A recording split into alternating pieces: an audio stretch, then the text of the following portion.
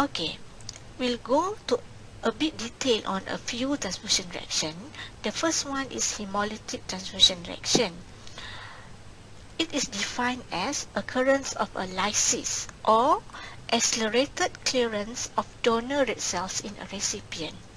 What I mean is this: when we give the donor red cells to a recipient, usually it will be inside the circulation of the recipient for a certain amount of time.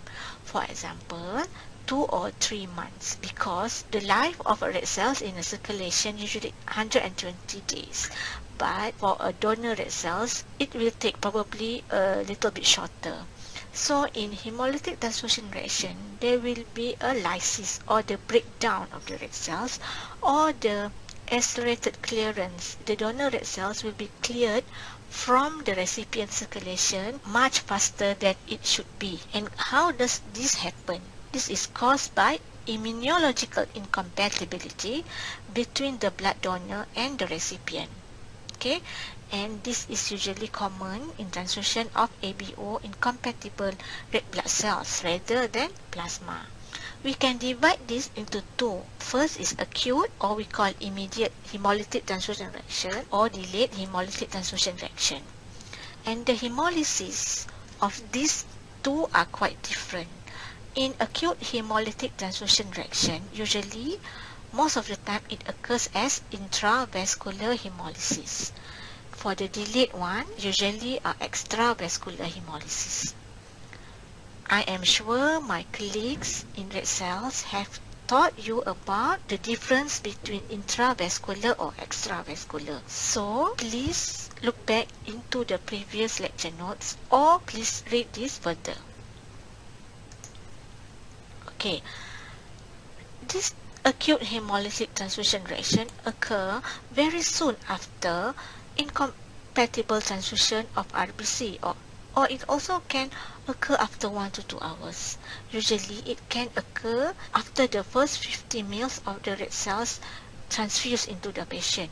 So in that moment, it is very critical for you, especially the nurses, to closely monitor the patient who is undergo transfusion. Most of the time, this is occur due to clerical errors. For example, in the first example I have showed to you just now, the mother actually was group O, but it was given blood group B. What happened was, there are two patients with the same name in that ward.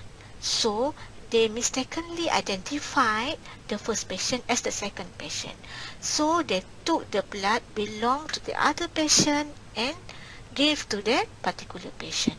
So that is what we call clerical errors, and it is actually preventable. In acute hemolytic transfusion reaction, most of the time the hemolysis are intravascular hemolysis, and the signs and symptoms are like fever and chills, which are very common, the back pain or the loin pain, hypotension, patient suddenly develop blood pressure which are very low, hemoglobinuria, in which there is a hemoglobin in the patient's urine, so you must monitor the color of the patient. The patient also can develop DIC, disseminated intravascular coagulation, in which suddenly the patient have increased bleeding. And this is particularly important to monitor patients in OT, because when patients in OT, patient is knocked out if patient was put on general anesthesia. So the patient cannot complain what they feel. So you must be very observant. If there are any changes in the urine color or any bleeding from the line or from the ET tube, that might be the earliest sign of transfusion reaction occurs. And the patient also sometimes, if the patient develop hypotension and shock, the patient won't produce any urine. So the patient will have anuria. Okay, so what are the underlying mechanism? Okay, these are the underlying mechanism in which the donor have different blood group of red cells and the recipient have that antibody. Okay, for example, take a patient with a blood group O. Okay, so the patient have, or the recipient will have anti-A, anti-B, and anti-A, B, right? So if we give the patient blood group A, for example, what are the antigens present on the donor's red cell? The donor red cell will have A antigens, right? Okay, so the recipient have anti-A and also anti-A, B. So these antibodies will bind to the antigens on the donor red cells. Because most of the time, antibody in the patients are IgM, because ABO antibodies are naturally occurring antibodies which are usually IgM. So when the IgM bind to the antigen on the red cells, it will fix the complement. Alright, it will fix the complement. And it will cause a chain of reaction in which you will learn in immunology, and it will cause hemolysis. For acute hemolytic transfusion reaction, it will cause intravascular hemolysis. Okay, but in some situation, it also can cause extravascular hemolysis. When the hemolysis occurs, the body will release all the cytokines. Okay, and these cytokines will cause the signs and symptoms such as fever, chills, rigors, pain. Alright, so that is how the acute hemolytic transfusion reaction occurs.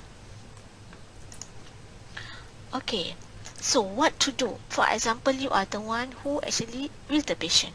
So what you need to do is you need to stop the transfusion and spike it off the unit. Okay, use a new giving set and give the IV infusion with a normal saline.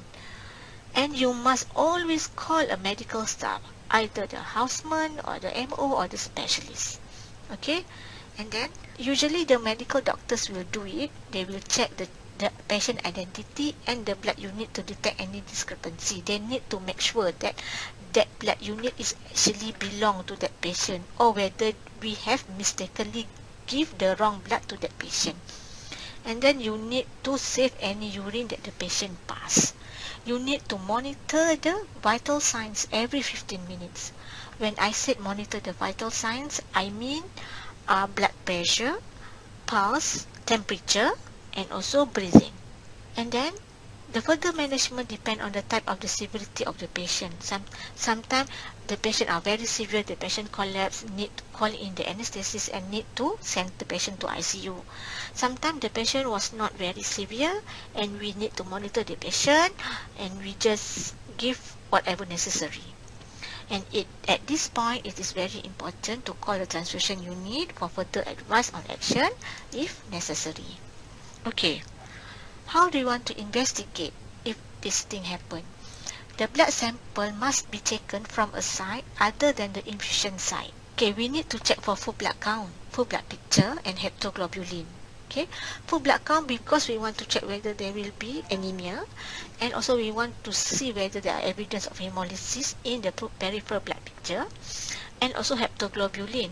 Hepatoglobulin will be very low in patient with intravascular hemolysis, or also sometimes hepatoglobulin will be absent in patient with intravascular hemolysis.